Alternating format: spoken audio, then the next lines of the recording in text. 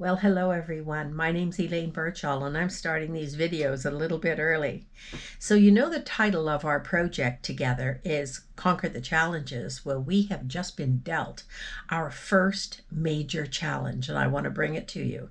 I'm in Ottawa, Canada, but I know these weather conditions that are so abnormal and so extreme are all across North America. So today we had rain and then it flash froze. Our streets are like skating rinks right now.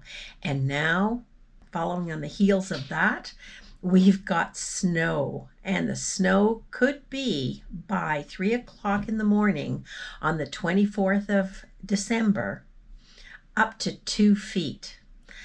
And guess what?